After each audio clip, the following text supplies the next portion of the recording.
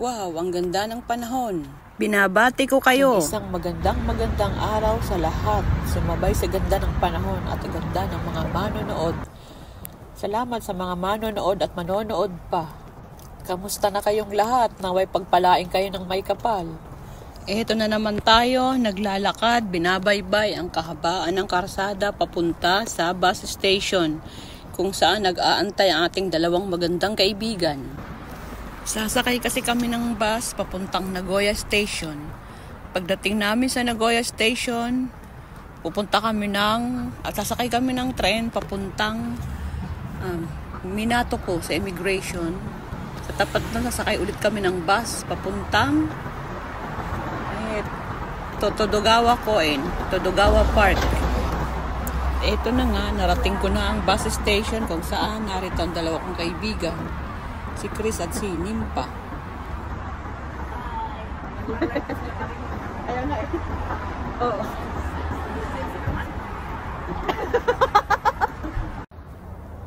Matagal na kasi naming usapan, last month pa, na pinagplanuhan naming pumunta nga sa Todogawa Park ng Minato ko.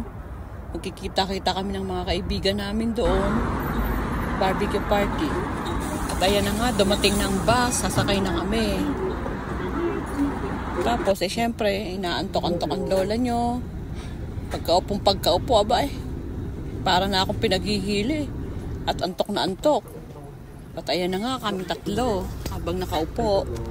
Wala pa rin kasi akong tulog niyan. At yung isa pa, yung kaibigan namin sa likod, si Chris, yaking din siya. Ako na may panggabi. Pag-uwi, naggayak na nga kami para pumunta ng Coen dahil matagal na nga naming usapan to. At ayan na nga, medyo naidlip ako. Paggising ko, nasa Nagoya Station na pala kami. At ayan, muli na naman kami naglakad. Malayo-layo rin ang lalakarin namin dyan galing sa pagbaba namin ng bus station. Kasi sasakay naman ngayon kami ng tren. Maaga pa lang, nag-uunahan na yung mga taong makipagkarirahan sa aming maglakad dahil nagmamadaling pumasok sa work siguro. Ayan na nga, lakad ng walang humpay. Medyo nahirapan pa nga akong mag-video nito habang may bitbit kasi medyo may kabigatan din yung bitbit namin. Malayo yung nilalakad namin at malayo pa rin yung pupuntahan namin. Wala pa kami sa kalagitnaan yan. Kasi nga yung kausap ng isa kong kaibigan na si Nimpa, na kaibigan din namin na may sasakyan, siya nga sana maghatid sa amin doon. Kaso mo, biglang nagkaroon ng aberya at yun. Sasakay na nga kami ng train yan. At yun na nga, dito na kami sa site, nakarating na kami sa site kung saan nadat na namin silang nagluluto na. Luto na nga yung mga ibang dahil tinanghali kami kasi gawa nung kami naligaw pa. Nakadalawang sakay ulit kami ng bus. Hindi naman pala diretso dyan sa site na pupuntahan namin. Liliko papuntang Inae. Bumaba kami at sumakay ulit kami ng panibagong bus. Kaya nakailang sakay din kami. 4 ata. At yun na nga, pagdating namin, diretso na hinanda na yung mga pagkain na maaga pa lang pala nagluto na sila. At maaga pa lang nagjumbi naghanda na pala tong dalawa namin kasama tatlo na nauna sa amin. Kasi kami tinanghali, malayo pa pinanggalingan kasi. Napakarami palang pagkain. Yung dala-dala namin, sobra-sobra na pala. At sila, marami rin palang handa. May mga seafood, barbecue, sinimpa naman, may dalang suman, at saka spare ribs. Tapos, ano pa ba yung dala niya?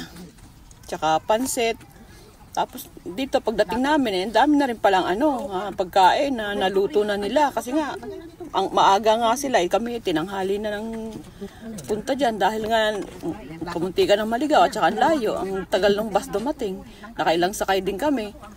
Pero sulit naman yung aming kasi 'di ba gutom na gutom kami dahil tanghali na nga, wala kami almusal, wala kaming tanghalian. Mainam na lang, di kami kumain dahil ang daming pagkain. Hindi nga namin naubos. Sobrang dami. Parang piyesta. Ilan lang naman pala kaming kakain. Akala ko parang pesta. Kaya yun, nauna nga nilang lutuin ng seafood. Tapos mga gulay. Tapos may kumpleto Ang dami nilang dala. May mga inumin, may mga sausawan, may kung ano-anong may mga prutas. may salad, may mga nauna nilang lutuin na na inihaw ng mga seafood. Tapos yung talaba ba yun? Yun, talagang, yung isa naming kaibigan, yung nag-iihaw na yan, si Marilyn, hindi naman pala pwedeng kumain ng hipon at may high blood daw siya, pero ang daming nilutong hipon. Syempre, yung iba, yung gusto talaga karne. Sino umupak ng hipon? Di ako. Pagdating nga namin, isang mabilisang galaw. Lahat naggayak na, hinanda na sa lamesa, budol fight nga daw. Nagsaing na rin sila. Bandaming langaw, gusto pa kaming unahan. Hindi naman po pwede yun, kailangan makipag-unahan kami sa langaw. Kaya yan, mga kanya-kanya na ng jumbi. Kaya nga yun, nagtarantadigulat na kami. Nag-prayer na nga si Sister Aiko. Dahil nga lahat gutom na talaga Gusto na talagang lumapanga. Kaya yan, wala na kami inaksayang oras. Lapang dito, lapang doon. Gutom na gutom lahat, di ba? Kaya yan, kanya-kanya ng kuha. Upo doon, upo dito. Galit-galit muna. Ganun pala, no? Pag gutom na, galit-galit muna. Wala munang usap-usap, konti lang. Hindi katulad ng unang bagong dating, daming mga usap. Hirap na hirap kaming makipag-unahan sa langaw dyan. Akala naman ng mga langaw, mananalo sila sa amin. Mas mabilis pa rin kami dahil nga sobrang gutom na. Mula umaga hanggang tanghali na nga kami nakarating. Yung mga nauna dyan, hindi rin naman kumain palang, umuna-munang kumain, hindi rin pala. Hinintay talaga daw kami, nila. Pero marami na silang niluto nung kami dumating. Yung niluluto namin ngayon, ipahabol na lang yun. Yung mga daladalang karne. At saka sila, may mga nakababad pang karne na hindi pa naluluto. Kasi nga, hinintay nga kami. Kaya yung pagdating namin, talaga namang lafang doon, lafang dito.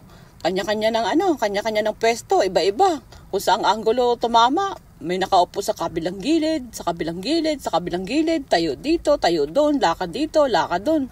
Sa sobrang tomgulay. Ako, dahil nga sa sobrang gutom, tila ayaw ko nang umalis sa lamesa. Gusto ko nalang nakadikit sa lamesa para pagkaubos nung nasa plato ko, makasandok ng bago. Kaya yun, tumayo na nga lang ako sa gilid niyan. Tapos maya-maya, naupo din dahil napagod na katayo. Ayan nga, lumapit na naman. Tapos tumayo na sa gilid.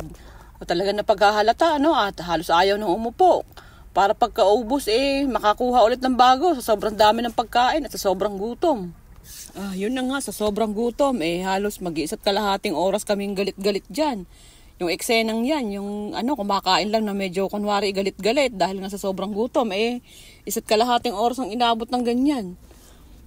Dahil nga hindi mo malaman kung anong uunahin mong kainin sa dami ng pagkain.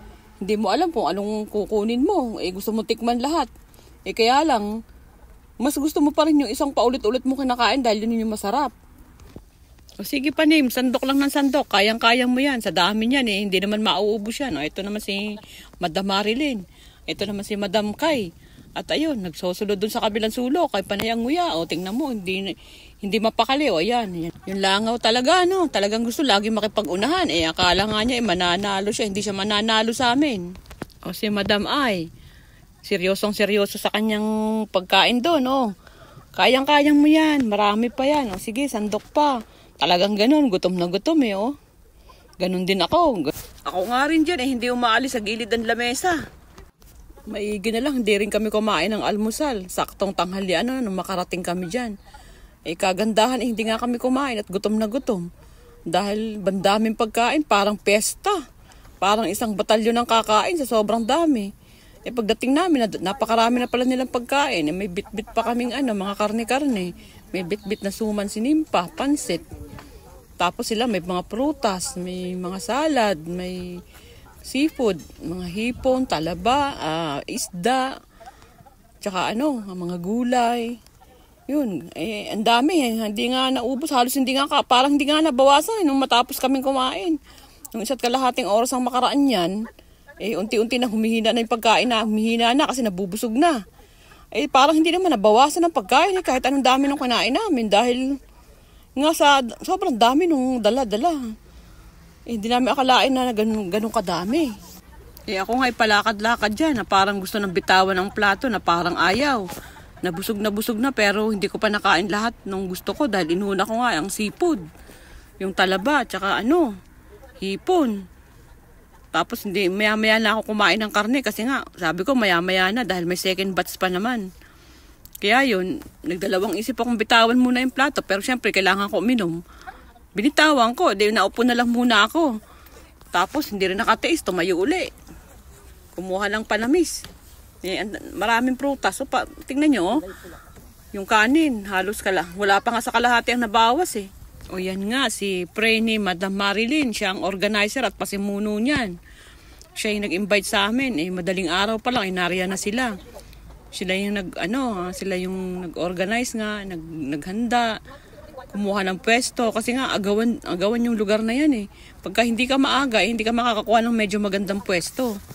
Kaya yun, maaga siya, nagpayuya ko, tapos ginumbi niya yung namin, pwesto. Naglagay na siya ng seats, tsaka yung ihawan. Sila rin nag-ihaw na, nagluto na ng maaga pa lang. Para nung pagdating namin, may mga luto na. Nagdagdag na lang ng konti. Sobrang sulit talaga yung pagpunta namin dyan. Hindi kasi sisisi. Kasi nga sumabay yung ganda ng panahon. Tapos ang ganda nung pwesto, ang ganda ng ambience, tapos ang gaganda ng mga kasama mo, ang babait. Tsaka hindi mo talaga iti-treasure mo yung panahon na kasama mo sila kasi nga talagang walang toxic. Ang babait, puro laging positive ang sinasabi nila, hindi man lang nagbabanggit ng mga negative na bagay. At saka ang sasaya kasama, talagang sulit. Mapapasalamatan mo dahil sa sobrang sulit ng pagkakataon, sulit nila kasama, ang sulit ng pwesto. Wala kang toxic na negative na masasabi. Talagang sulit as in. Although matagal na kaming magkakaibigan, magkakasama kami sa work dati. Pero iba pa rin yung talagang nagbabanding kayo katulad nito kasi dati madalang yung banding namin nun eh. Yung banding na katulad nito talagang kakaiba kasi mas kahit naman walang kailangan sa isa't isa, napag-uusapan yung mga positive na bagay, yung mga possibility, yung mga posibilidad na pwede mong gawin pa ngayon. Tapos mas makikilala niyo yung isa't isa kasi mas lumalalim yung pagkakaroon ng pundasyon bilang magkaibigan. Talaga mapagtitibay mo pagka gantong may bonding kayo, di ba?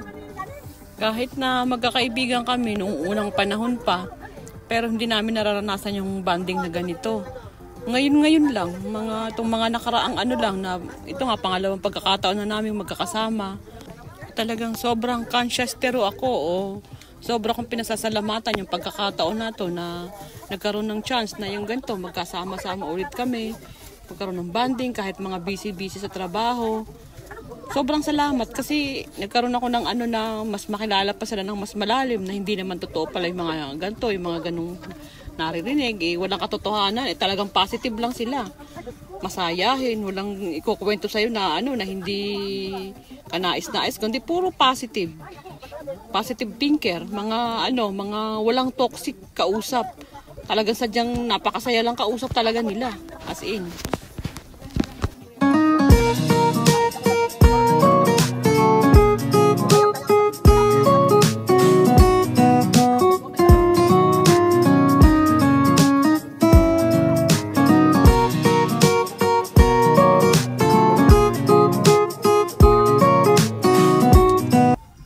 Ayan nga, tapos na kami kumain yan.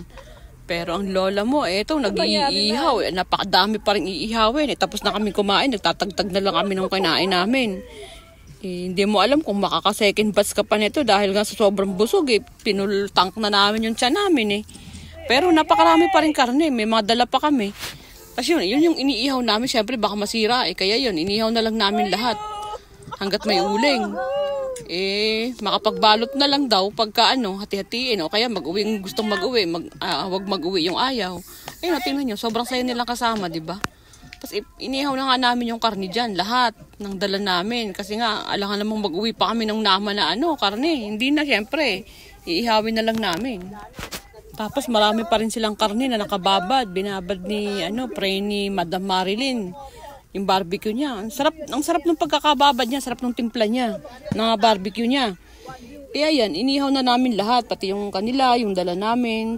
Kasi nga hindi mo naman mauwi ng baka mangamoy sa di ba, medyo mainit na. Baka mangamoy sa bag pag inuwi mo pa na na hindi pa naluluto. Kaya kahit na maiuwi mo uli, at least luto na siya para lalafangin mo na lang. Kapag uwi mo ng bahay, kapag nagutom ka, o kaya pag gising kinabukasan, di ba?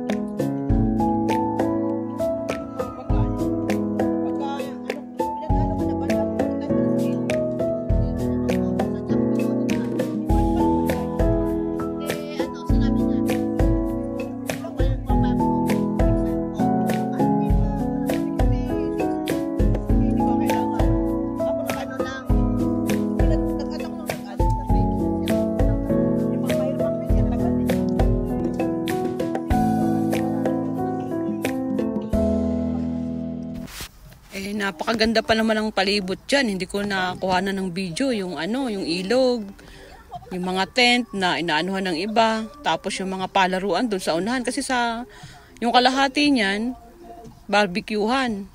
Yung parang may mga tent. Tapos yung kalahati niyan sa bandang kabila, sa taas, palaruan naman ng mga bata yun. Parang parang tawag nun, Coen Park na medyo malaki, parang UNC. Kasi ka na. Ano makapag-drive yan?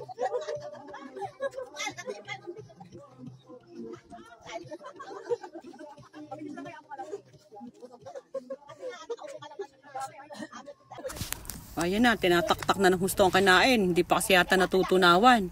Akala namin may second batch pa, pero wala na. Hindi nakakaya ng second batch dahil pultak na pultak ang aming mga tiyan. O yan, tingnan nyo, nagkakasiyahan na, nagsasayawan na. Hindi naman nakainom ng maraming alak. Kaya ako nga, hindi umiinom yan. Kasi nga, di ba, puyat walang tulog mahirap uminom Kaya tingnan nyo, sasaya kasama. Di ba, sabi ko, walang ka-toxic kasama, masaya kasama, puro positive. Ang binabanggit, wala man lang ka-negative na mga kaibigan, di ba? Ganitong klase ng mga kaibigan ang pinapangarap ko at talagang gusto kong kasama, yung walang nega, walang sinisira-siraan, walang nega. Puro positive lang talaga, 'di ba? Mas masarap kasi kausap yung ganun May kapayapaan ang isip mo pagka ang kausap mo positive thinker, 'di ba? Masarap kasama talaga.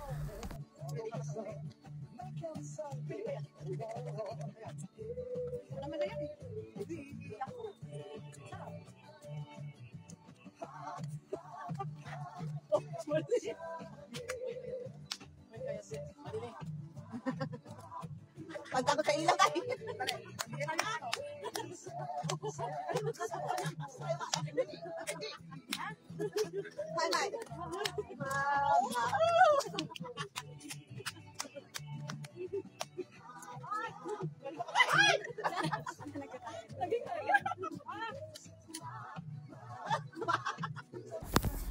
Ayan na, tapos na kaming kumain, magkasiyahan, magkwentuhan.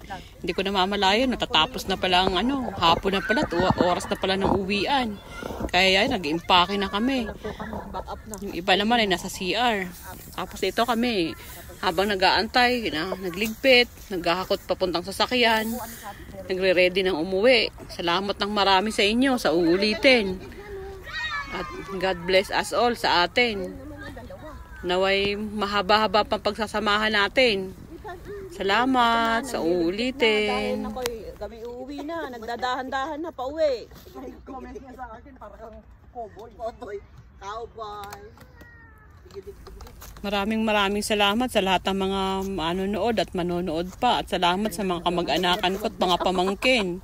Shout out sa inyong lahat, sa lahat ng mga nanonood. Salamat sa inyo. Sana huwag kayong magsawang manood ng aking video. At marami pa akong i-upload. Salamat. Bye-bye. See you soon. At salamat ulit sa mga kapatid ko at mga pamangkin ko at mga kaibigan at mga kaibigan ng kaibigan ko na paulit-ulit nanonood ng ating video. Shout out sa inyong lahat. Maraming salamat. Bye-bye. Sa uulitin, naway huwag kayong magsawa. Paalam. See you soon. Bye-bye.